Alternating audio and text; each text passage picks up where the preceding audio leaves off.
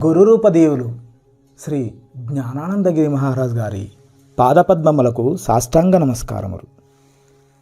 విశ్వగురు పరంపరకు వందనములు. ఒక యోగి ఆత్మకథ, అధ్యాయం 10. గురుదేవులు శ్రీ యుక్తేశ్వరగిరి గారిని కలుసుకోవడం. దేవుడి మీది ప్రగాఢ విశ్వాసం ఏ అలౌకిక ఘటననైనా జరిపించగలదు.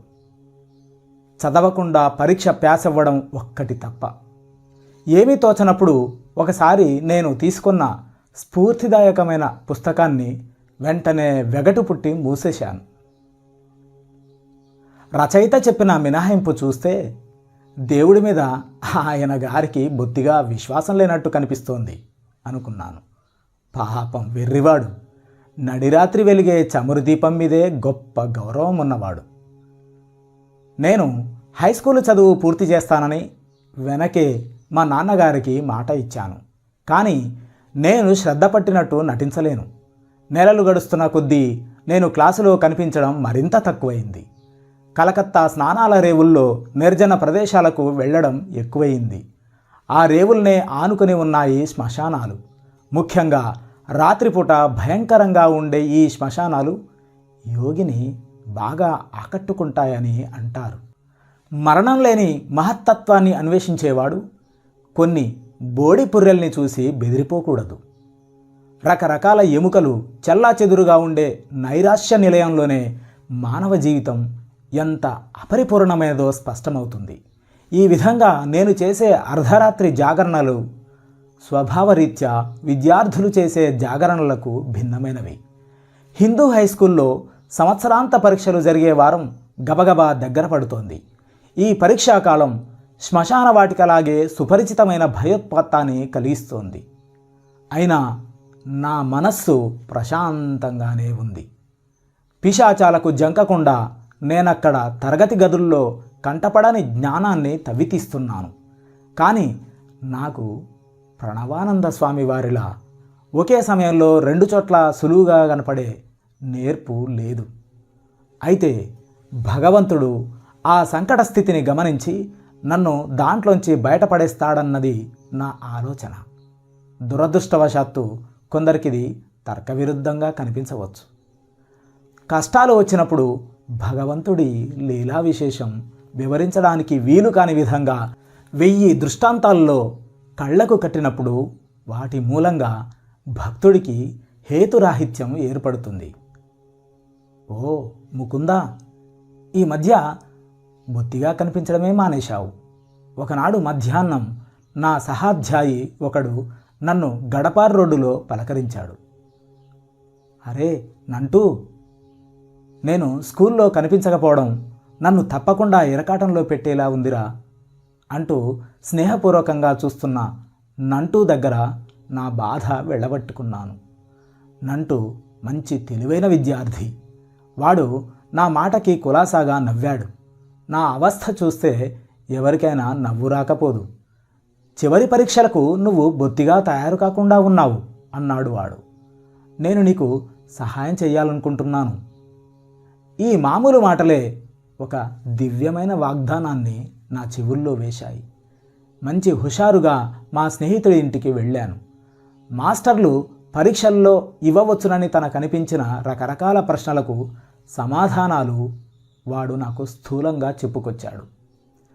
ఈ ప్రశ్నలు ఆత్మవిశ్వాసంతో పరీక్షకు వెళ్ళే కుర్రాళ్ళని చాలామందిని పరీక్షల్లో బోల్తా కొట్టిస్తాయి. నా సమాధానాలు గుర్తుంచుకో, దెబ్బ తినకుండా బయటపడతావు నువ్వు. నేను అక్కడి నుంచి బయలుదేరేసరికి రాత్రి చాలా గడిచిపోయింది.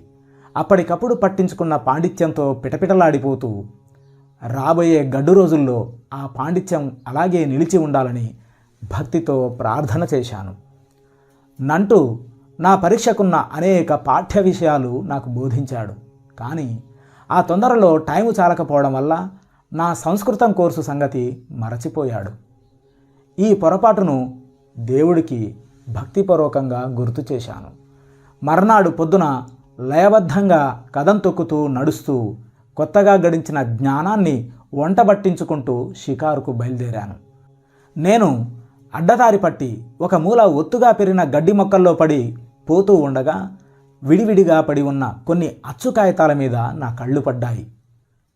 విజేతల గబుక్కున ముందుకు దూకాను. సంస్కృత శ్లోకాలు నా చేతికి చిక్కాయి. వాటికి విడమరిచి అర్థాలు చెప్పించుకోవడానికి ఒక పండితుణ్ణి వెతికి పట్టుకున్నాను. ఆయన గంభీర స్వరం ఆ ప్రాచీన భాషకున్న అపరిమిత మాధుర్యంతో గాలిని నింపేసింది. సంస్కృతం అంటే మెరుగుదిద్దినది, సంపూర్ణమైనది అని అర్థం. ఇండో యూరోపియన్ భాషలన్నిటికీ సంస్కృతం పెద్దక్క. దీని అక్షరలిపిని దేవనాగరి అంటారు. అంటే దేవతా నిలయం అని వాచ్యార్థం. ప్రాచీన భారతదేశపు భాషాశాస్త్రవేత్త పాణిని గణిత శాస్త్రీయంగాను మనోవైజ్ఞానికంగాను సంస్కృతానికి ఉన్న పరిపూర్ణతను ప్రశంసిస్తూ, నా వ్యాకరణం తెలిసినవాడు దేవుణ్ణి తెలుసుకుంటాడు అన్నాడు. నిజానికి భాషోత్పత్తి క్రమానికి మూలం కనుక్కునేవాడు చివరికి సర్వజ్ఞుడవుతాడు. అసాధారణమైన ఈ శ్లోకాలు నీ సంస్కృత పరీక్షకి పనికొచ్చే అవకాశం లేదు, ఆ పండితుడు అపనమ్మకంగా అన్నాడు. అయితే ఆ కవిత్వంతో ఏర్పడ్డ పరిచయమే ఆ మర్నాడు జరిగే సంస్కృత పరీక్షలో నేను పాస్ అవ్వడానికి సహాయపడింది. వివేచనాత్మకంగా నంటూ చేసిన సహాయం వల్ల నేను తక్కిన పాఠ్య విషయాల్లో కూడా అత్తెసరు మార్కులు తెచ్చుకొని పరీక్ష గట్టెక్కాను. ఇచ్చిన మాట నిలబెట్టుకొని నేను సెకండరీ స్కూల్ కోర్సు పూర్తి చేసినందుకు నాన్నగారు సంతోషించారు. నంటూ ఇంటికి వెళ్ళడం విషయంలోనూ, చెత్తకుప్ప పక్క నుంచి అలవాటు లేని దారిలో నడిచి వెళ్ళడం విషయంలోనూ నాకొక దారి చూపించినందుకు భగవంతుడికి కృతజ్ఞతలు తెలుపుకున్నాను. నన్ను ఆదుకోవడానికి సమయోచితంగా తాను వేసిన పథకాన్ని ఆయన సరదాగా 2 రకాలుగా వ్యక్తం చేశాడు. పరీక్షా హాళ్లలో దేవుడి ప్రాముఖ్యాన్ని నిరసించిన రచయిత గారి పుస్తకం వెనక నేను చదవకుండా విడిచిపెట్టేసినది మళ్ళీ నా కంటబడింది. నిశ్శబ్దంగా నాలో నేను చేసుకున్న వ్యాఖ్యానానికి ముసిముసి నవ్వు ఆపుకోలేకపోయాను.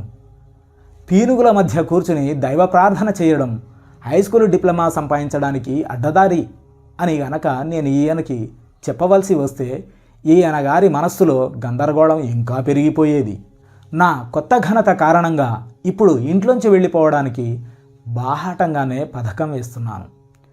జితేంద్ర మజుందార్ అనే స్నేహితుడితో కలిసి వెళ్ళి కాశీలో ఉన్న శ్రీ భారత్ ధర్మ మహామండల్ వాళ్ళ ఆశ్రమంలో చేరి ఆధ్యాత్మికమైన శిక్షణ పొందాలని నిశ్చయించుకున్నాను.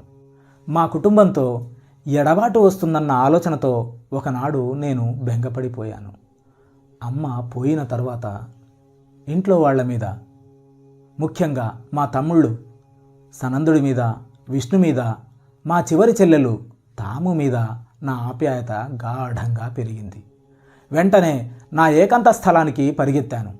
ఒడిదుడుకులతో కూడిన నా ఆధ్యాత్మిక సాధనలోని అనేక దృశ్యాలకు ఆ అటకే ప్రత్యక్ష సాక్షి. 2 గంటల సేపు నా కన్నీరు వరదలై పారిన తర్వాత అన్నిటినీ క్షాళనం చేసే ఒకానొక అజ్ఞాత శక్తి వల్ల నాలో ఒక విలక్షణమైన పరివర్తన వచ్చినట్టు అనిపించింది. అనుబంధాలన్నీ అదృశ్యమైపోయాయి. స్నేహితులందరినీ మించిన స్నేహితుడైన భగవంతుణ్ణి అన్వేషించాలన్న నిర్ణయం బాగా బలపడింది. ప్రేమించే బంధువులతో పాటు మనకు వరాలన్నీ ప్రసాదించే, ఆ మాటకొస్తే ఈ జీవితాన్నే ప్రసాదించిన ఆ దేవుణ్ణి అన్వేషించడానికి భక్తుడికి సంసార బంధం అవరోధం కలిగించేటట్లయితే అటువంటి అనుబంధం మాయ అని హిందువుల పవిత్ర గ్రంథాలు ఉద్బోధిస్తున్నాయి. యేసుక్రీస్తు కూడా అలాగే చెప్పాడు. నాకంటే తన తల్లిని కానీ తండ్రిని కానీ ఎక్కువగా ప్రేమించేవాడు నా వాడు కావడానికి అర్హుడు కాడు. మత్తయి సువార్త 10వ అధ్యాయం 37వ వాక్యం. చివరిసారిగా ఒక్క కోరిక కోరుతున్నాను, నన్ను నీకోసం తప్పించే అన్నదమ్ముల్ని అక్కజెళ్ళని విడిచిపెట్టి వెళ్ళకాకు. నాన్నగారి దీవెన కోసం నేను ఆయన ఎదుట నించునేసరికి ఆయన దిగాలు పడి ఇలా అన్నారు, నాన్నగారు మీ మీద నాకెంత ప్రేమ ఉందో ఎలా చెప్పగలను? కానీ ఈ భూమి మీద నాకు పరిపూర్ణులైన తండ్రిని ప్రసాదించిన జగత్పిత మీద ఉన్న ప్రేమ ఇంకా ఎక్కువైంది. ఇంతకంటే ఎక్కువ దివ్యమైన జ్ఞానం పొంది ఎప్పుడో ఒకనాడు మళ్ళీ తిరిగి రావడానికి నన్నిప్పుడు వెళ్ళనీయండి. నాన్నగారు అనిష్టంగా ఇచ్చిన అనుమతితో అప్పటికే కాశీలో ఆశ్రమంలో ఉన్న జితేంద్రని కలుసుకోవడానికి బయలుదేరాను. నేను వెళ్ళగానే ఆశ్రమాధిపతి అయిన స్వాములవారు దయానందులు నన్ను సాదరంగా పలకరించారు. ఆయన పడుచుప్రాయంలో ఉన్నవారు. పొడుగ్గా సన్నగా ఆలోచనపరులుగా కనిపించే ఆ స్వామివారి మీద నాకు సదభిప్రాయం కలిగింది. అందమైన ఆయన ముఖంలో బుద్ధుడిలో ఉన్న మాదిరి ప్రశాంతత ఉండేది. ఈ కొత్త నివాసంలో ఒక అటక ఉన్నందుకు నేను సంతోషించాను. ఉదయ సంధ్యావేళ పొద్దుటిపూట అక్కడ గడపడానికి వీలు కల్పించుకున్నాను. ధ్యాన సాధన గురించి ఏమీ తెలియని ఆ ఆశ్రమవాసులు నాకున్న సమయమంతా ఆశ్రమ నిర్వహణ విధులు నిర్వర్తించడానికే వినియోగించాలని అనుకునేవారు. మధ్యాహ్నం పూట నేను వాళ్ళ ఆఫీసులో చేసే పనికి మెచ్చుకునేవారు. దేవుణ్ణి అంత తొందరగా పట్టుకోవడానికి ప్రయత్నించకు. ఒకనాడు పొద్దున నేను అటక మీదికి వెళుతూ ఉండగా నా వెంట వచ్చిన ఆశ్రమ సహవాసి చేసిన పరిహాసం ఇది. నేను దయానంద గారి దగ్గరికి వెళ్ళాను. గంగానది వైపు ఉన్న తమ చిన్న గదిలో ఏదో పనిలో మునిగి ఉన్నారాయన. స్వామీజీ, ఇక్కడ నేను చేయవలసిందేమిటో నాకు తెలియకుండా ఉంది. దేవుడి ప్రత్యక్ష దర్శనం కావాలని ఆకాంక్షిస్తున్నాను. ఆయన లేనిదే సంస్థ సభ్యత్వంతో కానీ మత విశ్వాసంతో కానీ సత్కార్యాలతో కానీ నాకు తృప్తి కలగదు. కాషాయ వస్త్రధారి అయిన ఆ స్వాముల వారు ఆప్యాయంగా నా వెన్ను తట్టారు. ఉత్తుత్తి కోపం నటిస్తూ పక్కనున్న శిష్యుల్ని కొందరిని మందలించారు. ముకుందుణ్ణి ఇబ్బంది పెట్టకండి, మన పద్ధతులు క్రమంగా నేర్చుకుంటాడులేండి. నేను మర్యాదగా నా సంశయాన్ని మరుగుపరిచాను. విద్యార్థులు గదిలోంచి వెళ్ళిపోయారు. ఆయన మందలింపుకి వాళ్ళేమీ కుంగిపోయినట్టు కనిపించలేదు. దయానందులు ఆ తరువాత ఇంకా చెప్పారు నాకు, ముకుందా, మీ నాన్నగారు ప్రతి నెల వరస తప్పకుండా నీకు డబ్బు పంపిస్తున్నట్టున్నారు. ఆ డబ్బు ఆయనకి తిప్పి పంపి. నీకిక్కడ ఏమీ అక్కర్లేదు. ఇంకా నీ క్రమశిక్షణ కోసం రెండో సూచన, అది నీ భోజనం గురించి. నీకు ఆకలి వేస్తున్నప్పుడు కూడా ఆ సంగతి చెప్పకు. నా కంట్లో ఆకలి మిలమిల్లాడిందేమో నాకైతే తెలియదు, కానీ నాకు ఆకలిగా ఉందన్న సంగతి మటుకు బాగా తెలుసు. కానీ ఆశ్రమంలో వేళ తప్పకుండా మొదటిసారి భోజనం పెట్టే సమయం మాత్రం మధ్యాహ్నం 12 గంటలు. మా ఇంట్లో అయితే 9 గంటల వేళకి సుష్టుగా పలహారం చేయడం నాకు అలవాటు. ప్రతిరోజు ఈ 3 గంటల వ్యవధి మాత్రం మరింత దుర్భరం అవుతోంది. కలకత్తాలో అయితే ఒక్క 10 నిమిషాల ఆలస్యానికి నేను వంటవాణ్ణి తిట్టేసేవాణ్ణి. ఇప్పుడు ఆ రోజులు గతించాయి. ఇక ఆకలిని అదుపులో పెట్టడానికి ప్రయత్నించాను. 24 గంటల ఉపవాసం పూర్తి చేశాను. మర్నాడు మధ్యాహ్నం ఇప్పుడవుతుందా అని రెట్టింపు ఉత్సాహంతో ఎదురు చూస్తున్నాను. దయానందుల బండి ఆలస్యంగా వస్తుంది. ఆయన వచ్చేదాకా మనమెవ్వరము భోంచెయ్యం. జితేంద్ర ఘోరమైన ఈ వార్త తెచ్చాడు. 2 వారాల పాటు ఊళ్ళో లేని స్వాముల వారికి స్వాగత సూచకంగా రుచికరమైన వంటకాలెన్నో సిద్ధంగా ఉన్నాయి. ఆకలి పుట్టించే వాసన ఆశ్రమం అంతటా నిండి ఉంది. వేరే ఏమీ దొరకనప్పుడు నిన్నటి రోజున ఉపవాసం ఉన్నానన్న గర్వం తప్ప మరేముంటుంది మింగడానికి? దేవుడా, బండి తొందరగా పంపించు. దయానందులు నా నోరు కట్టేయడానికి విధించిన నియమంతో దివ్య ప్రదాత అయిన భగవంతుడికి ఏమీ ప్రమేయం లేదని అనుకున్నాను. భగవంతుడి దృష్టి మరోచోట ఉంది. కుంటుకుంటూ నడుస్తున్న గోడ గడియారం గంటలు గడిపేసింది. మా స్వాముల వారు గుమ్మంలో అడుగు పెట్టే వేళకి చీకటి పడుతోంది. నేను పట్టరాని సంతోషంతో ఆయనకు స్వాగతం చెప్పాను. దయానందులు ముందు స్నానం చేసి ధ్యానం చేసుకుంటారు. ఆ తర్వాతే మనం వడ్డన చేసేది. జితేంద్రుడు అపశకునపు పక్షిలా మళ్ళీ నా దగ్గరికి తయారయ్యాడు. నేను దాదాపు స్పృహ తప్పిపోయే స్థితిలో ఉన్నాను. ఖాళీగా ఉండడం కొత్తైన నా చిన్నారి కడుపు ఆవురావురుమంటూ టొకాయిస్తోంది. నేను చూసిన క్షామబాధితుల చిత్రాలు నా ముందు పిశాచాల్లా అల్లాడుతున్నాయి. కాశీలో మరుసటి ఆకలి చావు ఈ క్షణంలోనే ఈ ఆశ్రమంలో సంభవించబోతోంది అనుకున్నాను. ఆ ప్రమాదం 9 గంటల వేళకి తప్పిపోయింది. అమృత తుల్యమైన తీయని పిలుపు. నా జీవితంలోని పరిపూర్ణ ఘడియల్లో ఒకటిగా ఆ రాత్రి భోజనం నా జ్ఞాపకాల్లో నేటికి చాలా స్పష్టంగా నిలిచి ఉంది. నేను భోజనంలో ఎంత గాఢంగా మునిగిపోయినప్పటికీ దయానందులు పరధ్యానంగా భోంచేస్తున్నారన్న సంగతి గమనించకపోలేదు. నేను కోరే మాదిరి భౌతిక సుఖాలకు ఆయన అతీతులైనట్టున్నారు. స్వామీజీ, మీకు ఆకలి వెయ్యలేదా? నేను సుష్టుగా భోంచేసినందుకు సంతోషపడుతూ పఠన మందిరంలో ఆయనతో పాటు ఒంటరిగా ఉన్నాను. వేసింది అన్నారు. గత 4 రోజులు తిండి తీర్థం లేకుండా గడిపాను. రైలు ప్రయాణాల్లో నేనెన్నడూ తినను. ఐహిక వాంఛలతో కూడిన ప్రజల నుంచి వెలువడే విభిన్న స్పందనలతో నిండి ఉంటాయి రైళ్లు. నాబోటి సన్యాసులకు విధించిన శాస్త్ర నియమాల్ని నేను తూచా తప్పకుండా పాటిస్తాను.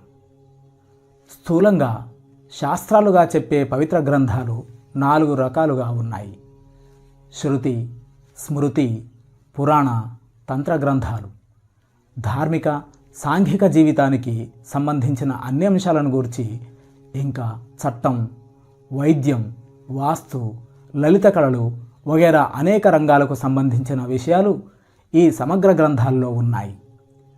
వీటిలో శృతులు నేరుగా వినబడ్డవి లేదా స్వయం ప్రకటితమైనవి. అవే వేదాలు.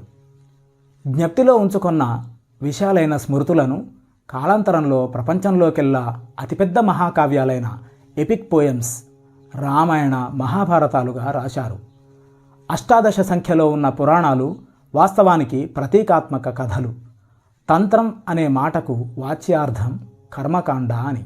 ఈ తాంత్రిక గ్రంథాలు విస్తృతమైన ప్రతీకల ద్వారా గంభీరమైన సత్యాన్ని తెలియజేస్తాయి. వ్యవస్థాపరమైన పనికి సంబంధించిన సమస్యలు కొన్ని నా మనసులో ఉన్నాయి.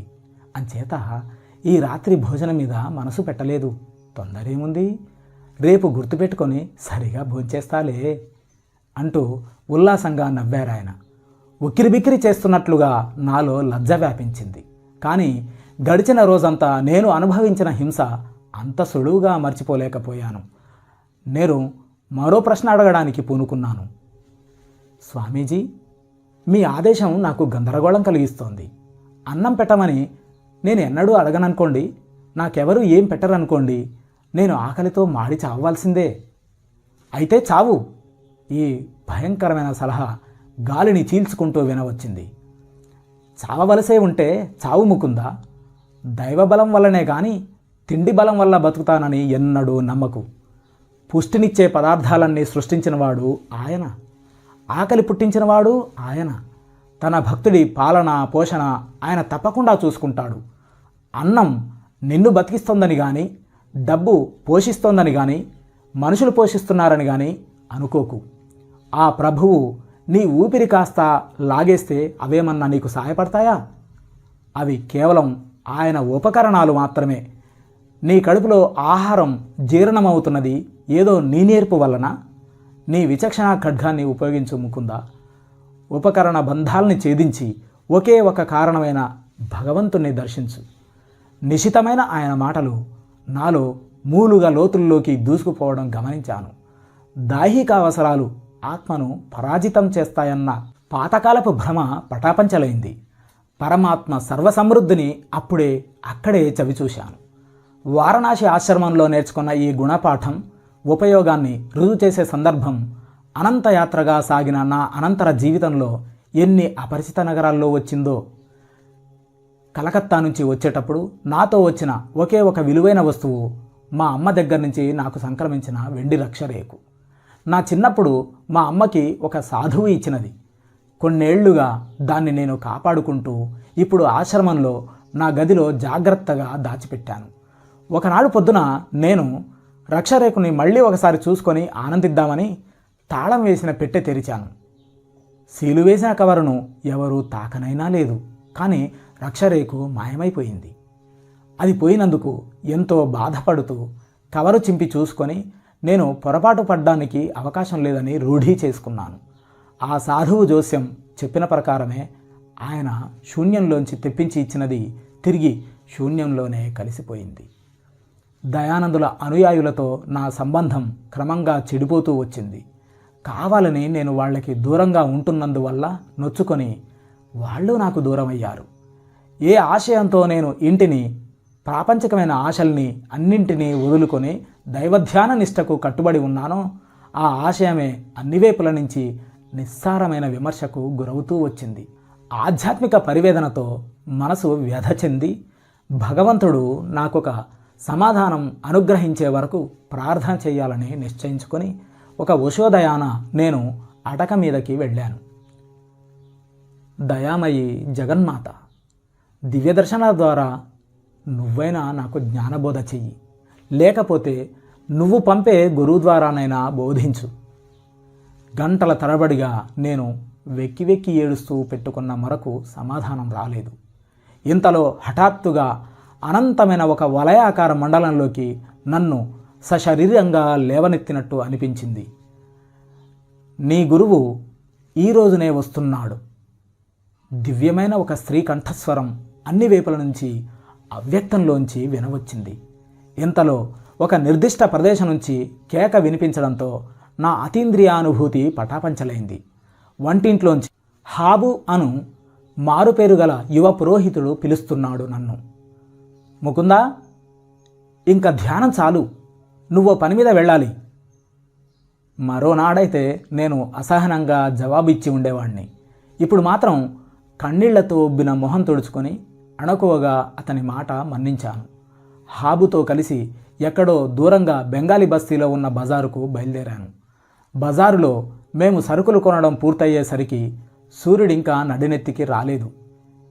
ఇల్లాళ్ళు, గైళ్ళు, పురోహితులు, సాదా బట్టలు కట్టుకున్న వితంతువులు, హుందాగా ఉండే బ్రాహ్మణులు, ఎక్కడ పడితే అక్కడ కనిపించే ఆంబూతులతోనూ మంచి రద్దీగా ఉన్న వీధులు ముందుకు చొచ్చుకుంటూ వెళ్ళాం. నేను, హాబు అలా సాగిపోతూ ఉండగా అతి సాధారణమైన ఒక సన్నటి సందువైపు తల తిప్పి చూశాను. ఆ సందు చివర స్వాములవారి మాదిరిగా కాషాయ వస్త్రాలు ధరించిన క్రీస్తు వంటి మహాపురుషులొకరు నిశ్చలంగా నిలబడి ఉన్నారు. ఆ క్షణంలోనే కాక యుగ యుగాలుగా కూడా నాకు తెలిసిన వారిలా కనిపించారాయన. ఒక్క క్షణం నా చూపు ఆబగా ఆయన మీదే నిలిచింది. కానీ ఇంతలోనే మళ్ళీ మనస్సులో ఒక శంక పుట్టింది. దేశాటనం చేసే ఈ సన్యాసిని చూసి ఎవరో నీకు తెలిసినాయననుకుని పొరబడుతున్నావు. కలలు కనేవాడా, ముందుకు నడు అనుకున్నాను. 10 నిమిషాలు అయ్యేసరికి నా పాదాలు బాగా తిమ్మిరెక్కేసినట్టు అనిపించింది. కాళ్ళు రాళ్లైపోయినట్టయి అడుగు ముందుకు పడనీయలేదు. ఎంతో శ్రమపడి వెనక్కి తిరిగాను. వెంటనే నా పాదాలు మళ్ళీ మామూలుగా అయిపోయాయి. తర్వాత మళ్ళీ ఇటు తిరిగాను. ఆ చిత్రమైన బరువు మళ్ళీ నన్ను అడిచివేసింది. ఆ సాధువు గారు అయస్కాంత శక్తితో నన్ను దగ్గరికి లాక్కుంటున్నారు. ఇలా అనిపించేసరికి నా దగ్గరున్న పొట్లాలు హాబు చేతుల్లో పెట్టేశాను. అతను నేను వేసే తప్పుటడుగులు ఆశ్చర్యంగా గమనిస్తూనే ఉన్నాడు. ఇప్పుడు విరగబడి నవ్వాడు. ఏమైంది నీకు, పిచ్చెక్కిందా? నాలో పొంగే భావావేశం అతనికి తగిన జవాబివ్వకుండా అడ్డుకుంది. మారు పలక్కుండా అక్కడి నుంచి పరిగెత్తాను. పాదాలకు రెక్కలు మొలిచిన వాడి మాదిరిగా అడుగులు గాలిలో తేలిపోతూ ఉండగా ఆ సన్నటి సందు దగ్గరికి చేరాను.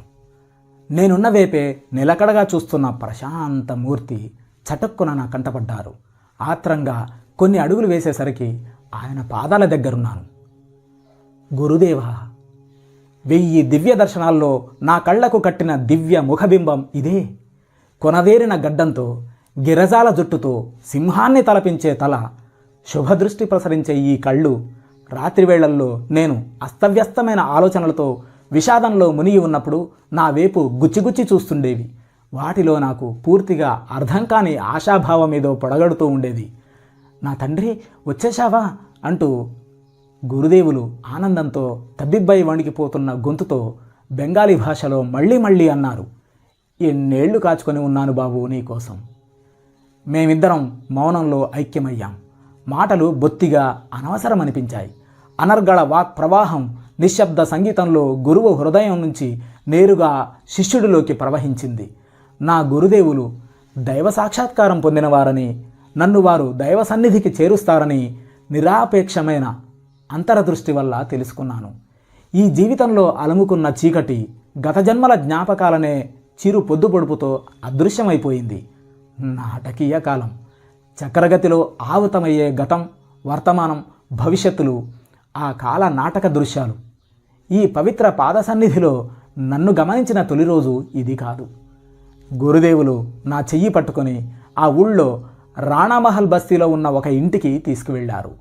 క్రీడాకారుడి మాదిరిగా బలిష్ఠదేవులైన ఆయన నడక దృఢగతిలో సాగింది.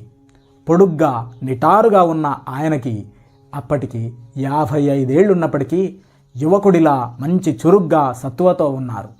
ఆయన కళ్ళు నల్లగా, విశాలంగా, ప్రగాఢమైన జ్ఞానంతో నిండి అందంగా ఉన్నాయి. కొద్దిగా వంకులు తిరిగిన జుట్టు ఆయన ముఖగాంభీర్యానికి మార్ధవం చేకూర్చింది. బలం సాధుత్వంతో సూక్ష్మరూపంలో మేళవించింది. గంగకు ఎదురుగా ఉన్న ఆ ఇంటి రాతి బాల్కనీలోకి మేము వెడుతూ ఉండగా ఆయన ఆప్యాయంగా ఇలా అన్నారు: నా ఆశ్రమాలు, నా సర్వస్వము నీకిచ్చేస్తాను. స్వామి, నేను వచ్చింది కేవలం జ్ఞానం కోసం, దైవ సాక్షాత్కారం కోసం. నేను మీ దగ్గర పొందగోరే నిధులు అవి. మా గురుదేవులు మళ్ళీ మాట్లాడేలోగా భారతదేశ సాయం సంధ్య చటుక్కున అరతెరజార్చింది. ఆయన కళ్ళలో లోతు అందని ఆర్ద్రత నిండి ఉంది. నీకు బేషరతుగా నా ప్రేమ అందిస్తాను. అమూల్యమైన వాక్కులు. ఆయన ప్రేమకు రుజువు మళ్ళీ నా చెవిన పడ్డానికి తర్వాత పావు శతాబ్ది పట్టింది. ఆయన పెదవులు భావోద్రేకాన్ని ఎరగవు. మహాసముద్రం లాంటి ఆయన హృదయానికి ఒప్పినది మౌనమే. నువ్వు కూడా అలాగే బేషరతుగా నాకు ప్రేమ అందిస్తావా? శిశు సహజమైన నమ్మకం నింపుకున్న కళ్ళతో ఆయన నాకేసి చూశారు. గురుదేవా, మిమ్మల్ని అనంతకాలం శాశ్వతంగా ప్రేమిస్తాను. కోరికల్లోకి, తృప్తుల్లోకి గుప్తంగా వేళ్లు పారిన మామూలు ప్రేమ స్వార్థంతో కూడుకున్నది. కానీ దివ్య ప్రేమ షరతులు లేనిది, ఎల్లలు లేనిది, మార్పు లేనిది. స్థిరపరిచే లక్షణం గల విశుద్ధ ప్రేమ స్పర్శతో మానవ హృదయ చాంచల్యం మటుమాయమైపోతుంది. నమ్రతతో ఆయన ఇంకా ఇలా అన్నారు: నేనెప్పుడైనా దైవ సాక్షాత్కార స్థితి నుంచి దిగజారుతున్నట్టు గనక నీకు అనిపిస్తే నువ్వు నా తల ఒళ్ళో పెట్టుకొని మనమిద్దరం కొలిచే విశ్వప్రేమమయుడైన భగవంతుడి సన్నిధికి మళ్ళీ నన్ను తీసుకువస్తానని మాట ఇయ్యి. చీకటి ముసురుతూ ఉండగా ఆయన లేచి నన్ను లోపలి గదిలోకి తీసుకువెళ్ళారు. మేమిద్దరం మామిడి పళ్ళు, బాదం మిఠాయి తింటూ ఉండగా నా స్వభావం తమకు బాగా సన్నిహితంగా తెలుసునన్న సంగతి ఆయన మా సంభాషణ క్రమంలో అలవోకగా తెలియజేశారు. సహజమైన నమ్రతతో అద్భుతంగా మేళవించిన ఆయన జ్ఞాన సంపత్తికి విస్మితుణ్ణి అయ్యాను. నీ రక్షరేఖ కోసం విచారించకు, దాని అవసరం తీరిపోయింది. గురుదేవులు దివ్యదర్పణం మాదిరిగా నా యావజ్జీవ ప్రతిబింబాన్ని ఆకట్టుకున్నారు. గురుదేవా, ప్రత్యక్ష వాస్తవమైన మీ సన్నిధి ఇచ్చే ఆనందం ఏ సంకేతం ఇస్తుంది? ఆశ్రమంలో నువ్వు సుఖంగా లేవు కాబట్టి అక్కడి నుంచి మారిపోవాల్సిన సమయం వచ్చింది. అంతవరకు నా జీవితానికి సంబంధించిన సంగతులేవి నేను ఆయన దగ్గర ప్రస్తావించలేదు. ఇప్పుడవి అనావశ్యకాలనిపించాయి. ఆయన సహజమైన సరళ వైఖరిని బట్టి తమ దివ్య దృష్టికి నేను ఆశ్చర్యం వెలిబుచ్చాలని ఆయన కోరడం లేదని గ్రహించాను. నువ్వు తిరిగి కలకత్తా వెళ్ళాలి. నీ సర్వమానవ ప్రేమ పరిధిలోంచి చుట్టాలనెందుకు మినహాయించడం? ఆయన సూచనకు నాకు దిగులు కలిగింది. మా వాళ్ళు నన్ను తిరిగి రమ్మంటూ ఉత్తరాల్లో అనేకసార్లు వెల్లడించిన కోరికను నేను మన్నించనప్పటికీ నేను తిరిగి వస్తాననే వాళ్ళు జోస్యం పలుకుతూ వచ్చారు. పిల్లపక్షిని అధిభౌతిక ఆకాశంలో విహరించనీయండి అని వ్యాఖ్యానించాడు ఒకసారి మా అనంతన్నయ్య. ఆ దట్టమైన వాతావరణంలో వాడి రెక్కలు అలసిపోతాయి. మళ్ళీ ఇంటివైపు దిగివచ్చి రెక్కలు ముడుచుకొని అణకువగా ఇంటి పట్టున విశ్రాంతి తీసుకోవడం చూడకపోము. నన్ను నిరుత్సాహపరిచే ఈ ఉపమానం ఇంకా నా మనస్సులో ఉన్నందువల్ల ఏమైనా సరే కలకత్తా వైపు పోనేకూడదని నిర్ధారణ చేసుకున్నాను. స్వామి, నేను ఇంటికి మాత్రం తిరిగి వెళ్ళనండి. కానీ మీ వెంట ఎక్కడికైనా సరే వస్తాను. మీ పేరు, చిరునామా ఇవ్వండి. స్వామి శ్రీ యుక్తేశ్వర్గిరి. నా ముఖ్యమైన ఆశ్రమం శ్రీరాంపూర్లో రాయ్ఘాట్ సందులో ఉంది. మా అమ్మని చూసి కొన్నాళ్ళిక్కడ ఉండి వెళదామని వచ్చాను. దేవుడు తన భక్తులతో ఆడే ఆట ఎంత విచిత్రంగా ఉంటుందోనని ఆశ్చర్యపోయాను. శ్రీరాంపూర్ కలకత్తాకి 12 మైళ్ళలో ఉంది. కానీ ఆ ప్రాంతాల్లో ఎక్కడా మా గురువుగారు నాకు అవుపడలేదు. మేము కలుసుకోవడానికి లాహిరి మహాశయుల జ్ఞాపకాలతో పావనమైన ప్రాచీన కాశీ, వారణాసి నగరానికి ప్రయాణం కట్టవలసి వచ్చింది. బుద్ధుడు, శంకరాచార్యులు తదితర యోగీశ్వరుల పాదస్పర్శతో పవిత్రమైంది ఈ నేల. భారతదేశపు దార్శనికులందరిలోకి గొప్పవారైన శంకరాచార్యుల వారు, శంకరులు గోవిందయతి శిష్యులు.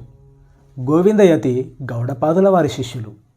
గౌడపాదాచార్యుల మాండూక్య కారికకు శంకరులు రాసిన వ్యాఖ్యానం సుప్రసిద్ధమైనది. తిరుగులేని తర్కంతోనూ రమ్యమైన ప్రసన్న శైలిలోనూ శంకరులు వేదాంత తత్వాన్ని ఖచ్చితంగా అద్వైతపరంగా వ్యాఖ్యానించారు. అద్వైతం అంటే రెండూ కానటువంటి ఏకేశ్వర తత్వం. ఈ మహాద్వైతి భక్తిపరమైన స్తోత్రాలు కూడా రచించారు. అమ్మవారికి వీరు చెప్పిన దేవ్యపరాధ క్షమాపణ స్తోత్రంలో మకుటం ఇలా ఉంటుంది: కుపుత్రో జాయేత క్వచిదపి కుమాత నభవతి. దుర్మార్గులైన కొడుకులు ఎందరో ఉన్నప్పటికీ దుర్మార్గురాలైన తల్లి ఎక్కడా ఉండదు.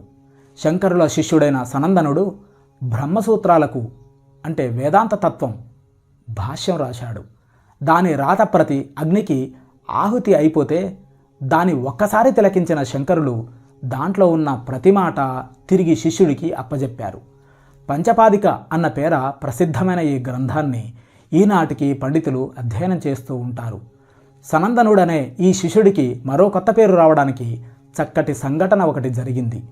ఒకనాడు ఏటి ఒడ్డున కూర్చుని ఉన్న సనందుడికి అవతలి ఒడ్డు నుంచి శంకరులు తనను పిలుస్తూ ఉండడం వినిపించింది. వెంటనే అతను నీళ్ళలోకి దిగాడు. అతని విశ్వాసానికి పాదాలకు కూడా ఊతగా శంకరులు తమ సంకల్ప బలంతో సుళ్ళు తిరిగే ఆ ఏటిలో తామరపూల బారు ఒకటి సృష్టించారు. అతను వాటి మించి నడుచుకుంటూ వెళ్ళి అవతలి ఒడ్డుకు చేరాడు. అప్పటి నుంచి ఆ శిష్యుడికి పద్మపాదుడు అనే పేరు వచ్చింది. పంచపాదికలో పద్మపాదుడు తన గురుదేవులకు భక్తి ప్రపత్తులతో బహుదా జోహార్లు అర్పించాడు. శంకరులే స్వయంగా చక్కగా ఇలా రాశారు: సద్గురువును పోల్చదగినది ఈ 3 లోకాల్లోనూ మరొకటి లేదు. పరశువేది అన్నది నిజంగా ఉందనే అనుకున్నప్పటికీ అది ఇనుమును బంగారంగా మార్చగలదే కానీ మరో పరశువేదిగా మార్చలేదు. కానీ పరమపూజనీయుడైన గురువు అలా కాకుండా తన పాదాల్ని ఆశ్రయించిన శిష్యుణ్ణి తనంత వాణ్ణి చేస్తాడు. అంచేత సద్గురువు సాటిలేనివాడే కాదు, లోకాతీతుడు. మహాభక్తుడు, జ్ఞాని, కర్మిష్టి ఈ 3 వ్యక్తిత్వాల అరుదైన సమాహారమే ఆదిశంకరుల వ్యక్తిత్వం. కేవలం 32 సంవత్సరాలు మాత్రమే జీవించినప్పటికీ జీవితంలో చాలా భాగం భారతదేశంలో అన్ని భాగాల్లో దుష్కర పర్యటన చేస్తూ తన అద్వైత సిద్ధాంతాన్ని వ్యాప్తి చేయడంలో గడిపారాయన. పాదచారి అయిన ఆ యువ సన్యాసి పెదవుల నుండి జాలువారే సాంత్వనకరమైన జ్ఞాన ప్రవాహాన్ని స్వీకరించడానికి వేలాది శ్రోతలు ఆత్రంగా గుమిగూడేవారు. ఆదిశంకరుల సంస్కరణయుతమైన ఉత్సాహంలో ప్రాచీన సన్యాస మఠాన్యాయాన్ని పునర్వ్యవస్థీకరించడం కూడా జరిగింది. దక్షిణాన శృంగేరిలోను, తూర్పున పూరిలోను, పశ్చిమాన ద్వారకలోను, ఉత్తరాన బద్రీనాథ్లోను 4 చోట్ల 4 మఠాల్ని నెలకొల్పారు. ఆ మహా అద్వైతి స్థాపించిన ఆ 4 మఠాలకి రాజుల మొదలు సామాన్యజనుల వరకు ఎందరో భూరి విరాళాలు ఇచ్చారు. సంస్కృత వ్యాకరణం, తర్కం, వేదాంతం అక్కడ చేరిన విద్యార్థులకు ఉచితంగా బోధిస్తారు. దేశం 4 చెరగుల 4 మఠాలు పెట్టడంలో ఆదిశంకరుల ధ్యేయం ఈ విశాల భారతావనిలో ధార్మిక జాతీయ ఐక్యత వృద్ధి చెందడం. నువ్వు 4 వారాల్లో నా దగ్గరికి వస్తావు. మొట్టమొదటిసారిగా శ్రీ యుక్తేశ్వర్ గారి కంఠస్వరం కఠినంగా వినిపించింది. నీ మీద నాకున్న అనంతమైన ఆప్యాయతను గురించి నీకు ఇప్పుడు చెప్పాను కనుక నిన్ను చూసినందుకు నా సంతోషం కనబరిచాను గనక నా కోరికను నువ్వు తిరస్కరించవచ్చుననుకుంటున్నావు. మళ్ళీసారి మనం కలుసుకున్నప్పుడు నువ్వే నాకు తిరిగి ఆసక్తి కలిగించవలసి ఉంటుంది. నిన్నంత సులువుగా శిష్యుడిగా చేర్చుకోను. నా కఠిన శిక్షణకు విధేయుడవై పూర్తిగా తలవొగ్గాలి. నేను మొండిపట్టు మీద మౌనంగా ఉన్నాను. గురుదేవులు నా కష్టాన్ని తొందరగానే కనిపెట్టారు. మీ చుట్టాలు నిన్ను చూసి నవ్వుతారంటావా? నేను తిరిగి వెళ్ళను. నువ్వు 30 రోజుల్లో తిరిగి వెళతావు. ఎన్నడూ జరగదు. మా వివాదంలో బెంగం సడలకుండానే నేను ఆయన పాదాలకు భక్తి పురస్సరంగా ప్రణామం చేసి అక్కడి నుంచి వెళ్ళిపోయాను. అర్ధరాత్రి చీకట్లో ఆశ్రమం వైపు నడిచి వెళుతూ అలౌకిక ఘటనగా జరిగిన ఈ సమాగమం ఇలా విరసంగా ఎందుకు సాగిందా, ఎందుకు ముగిసిందా అని వితర్కించుకున్నాను. మాయ అనే తక్కెడ సిబ్బులు రెండు ప్రతి సంతోషాన్ని ఒక దుఃఖంతో సమానం చేసి తోస్తాయి. పరివర్తన కారకాలైన గురుదేవులు చేతివేళ్లకు నా కిషోర హృదయం ఇంకా మెదుపు కాలేదు. మర్నాడు పొద్దున ఆశ్రమ వాసుల్లో నా మీద పెడసర భావం మరింత పెరగడం గమనించాను. వాళ్ళు క్రమం తప్పని మొరటు ప్రవర్తనతో నా రోజులన్నీ కంటకప్రాయం చేశారు.